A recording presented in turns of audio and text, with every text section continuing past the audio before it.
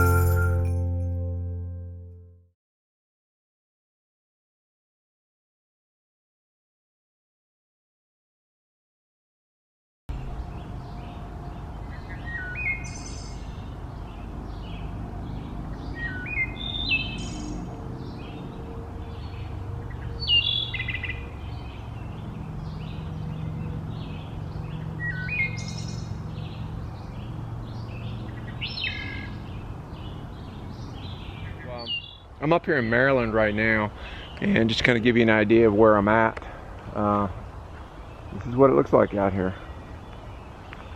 So, yeah, pretty good stuff. You can hear the birds in the background, which are pretty therapeutic and really relaxing. The only sound from the city is off this direction here is I-70, but later on tonight it'll get even quieter. And pretty much all you'll be able to hear will be the night sounds. So that's pretty awesome.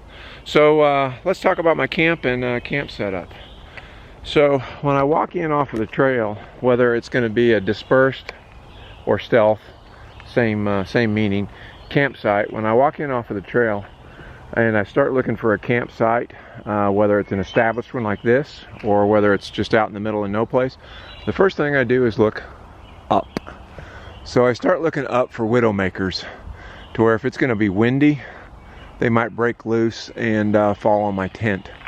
So number one, look for widowmakers. Alright, number two, I start looking for a flat spot.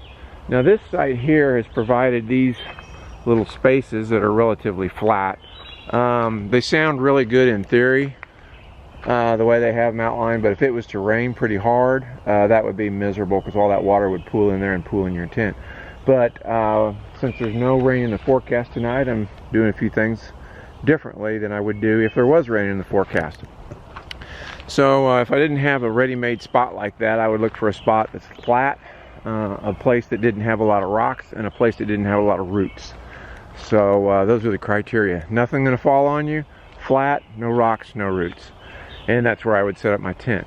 The other thing that I would look for is a place to hang my bear bag. Now, one of the things out here that you might notice is you think, hey, it's easy to hang a bear bag, but look at all these trees out here. They all go straight up and down. Try to find a tree that has a limb sticking out that you can throw a rope over. That can be kind of a challenge. So I find a place though that I can hang my bear bag. If there were other people in the campsite, I'd have to even go farther to hang it than what I did. But here it is over here up in the tree. So meeting the basic guidelines, you know, it's about 6 foot from the tree. Those black bears can really climb, and so it's 6 foot from the tree, and it's about 12 foot off of the ground. And later on I'll do a video on how we hang bear bags out here. And then it's a pretty good distance from where my camp is. So what goes in my bear bag when I hang it when I come into camp? Obviously all my food. If I have any trash, any paper wrappings, you know, from any of the food during the day, they're in my pocket, I make sure those go in there. I double check my pack pockets to make sure that I don't have any food left over in there, you know, snacks that I was planning on eating that I didn't. So all food goes in there. My cook pot goes in there. I'm not so cautious that I put my toothpaste in there, but there are some people that put hand sanitizers, toothpaste, anything that has an odor to it in their food bag, and then they hang that at night. So, but for me, all my trash, all my food, cook pot, goes in the bear bag and gets hung at night. So this is a typical tent setup, and this tent is the Z-Pax Plexamid.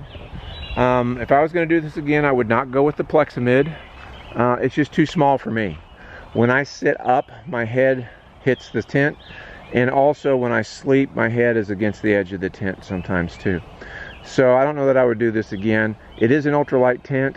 and there are some very good pros and some cons with it. But I would probably do another Zpacks tent made out of the Dyneema, but I would not do the Plexamid. I would probably do a duplex, which is a regular 2-person tent. So that's the way I would do that. Sometimes if it was going to rain, I would use sticks to put underneath some of the tent lines to raise it up and give myself just a little extra room. Since it's not going to rain tonight, I'm not too worried about that. Just trying to stay dry in the tent is a chore. Also, since it's not going to rain tonight, I'm just going to leave my pack out here. And if it was going to rain, I would do one of two things. I have another trash bag. I would just put that completely over the pack, and then I would put it underneath the flap on the right side of the tent where my shoes are, and then close that flap so it's underneath there to give it a little bit of extra protection from getting wet. But more importantly, what it does is it prevents the rain from blowing in on me through the tent. So, but since it's not going to rain tonight, the pack will stay out here and it'll be just fine. So you see the little blue bag there? That's my Sawyer Squeeze water bag. So it's full. So in the morning, I will refill this water bottle over here that I just keep here at night in case I get thirsty in the middle of the night. So I don't have to go down to the stream or the spring and fill up. So all my water bottles are full, and my dirty bag is full, and I'll just filter that into anything I drink out at night. Then I'll camel up in the morning and away we go. So I've learned that helps to get things out of here a little bit quicker. My shoes go here, and right now my socks trying to dry out, and underwear drying out from any perspiration from during the day. This tent uses one of my hiking poles for the tent pole, and so there's the spare tent pole there. So yeah, so that's the outside of the tent, and that's just the general setup on the tent. And we'll go inside now, and I'll show you some stuff on the inside. The sleeping pad is a NeoAir sleeping pad. This has been a great pad for me. Some of the pros of it: if you're a side sleeper, this is a great pad, but it's noisy. Whenever you roll over, it squeaks quite a bit. If you're in a shelter, it could wake some other people up. I had the one that's extra long, and the glue on the inside where the ribs are started to break loose, and it just became one big bubble. So I got the shorter one. The difference between the long one and the short one is 7 breaths. I can tell you that. First of all, my sleeping bag is just shoved down at the bottom of my tent. It's warm enough that I usually don't sleep with it. I'll wake up at 2 or 3 o'clock in the morning and be cold, and I'll pull it on top of me, and then I'll push it off and pull it on and push it off the rest of the night. But it starts out down below there. And then my clothes bag, sometimes I leave it in the pack, sometimes I bring it in the tent. When it was very important to be dry because it was cold, my dry clothes, I was very protective of those in that bag. Now I don't even use the dry clothes. I just sleep with the shorts on and the shirt that I wore during the day. Hopefully I can get the perspiration to dry out before I lay down and go to sleep. If not, tough. But you don't have a lot of extra clothes out here. You send everything home to save weight, and I do have one other shirt and a pair of pants, and that's it, other than what I wear during the day. But yeah, bring my clothes bag in, has my raincoat and my puffy in it. And then my ditty bag for all of my ditties in here. This is mostly electronics bag. I use it quite often. Has a lot of stuff in it that I use. Has my vitamins and ibuprofen. Has my vitamins and ibuprofen, vitamin I in it. Chargers, cash, just a little bag of knickknacks and things like that. So that stays in here pretty close. That's one bag I just really can't afford to lose. What this is are all the stuff sacks put together in my sleeping bag stuff sack. So my tent stuff sack, tent peg stuff sack, sleeping pad stuff sack. I just stuff them all in my sleeping bag stuff sack so they're ready for me in the morning. And then up here is my phone, and my phone's sitting on the charger, so I charge this every night. Charger's probably a little big for what I actually needed. It's a weight penalty, but at least I know I won't run out of juice.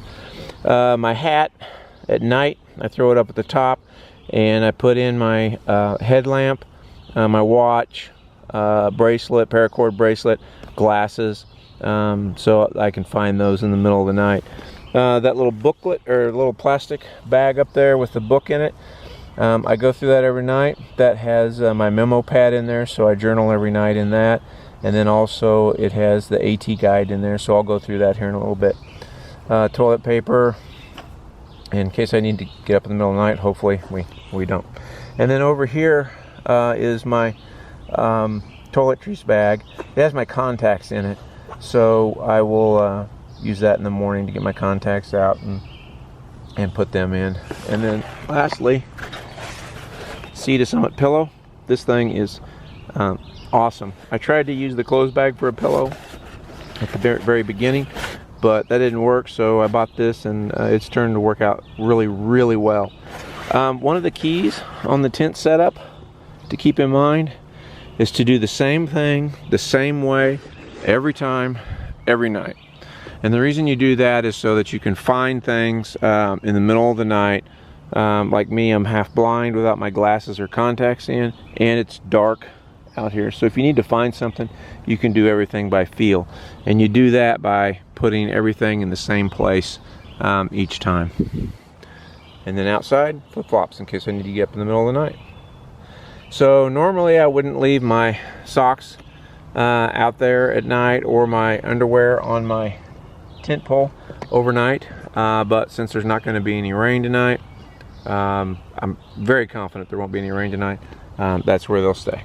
Early on in the trail, I would use the shelters as much as I could because I thought they were a lot drier. So if I could get a shelter, a space in a shelter, I would take one. Now, at this point in the hike, I avoid them like the plague. I wouldn't sleep in a shelter unless it was going to be an absolute toad strangling downpour. And then I'm not even sure I wouldn't just sit in there and wait it out before I would use a shelter again. A lot of it has to do with this time of year. Now there's bugs and all kinds of little flying things that weren't there earlier in the season when it was colder, so you don't have the protection of your mosquito net. Also, the shelters are just dirty. They all provide brooms in them, but they're just dirty. In the wintertime, definitely I would sleep in the shelter, especially when it was wet. Now I avoid them like the plague, and I would much rather sleep in my tent.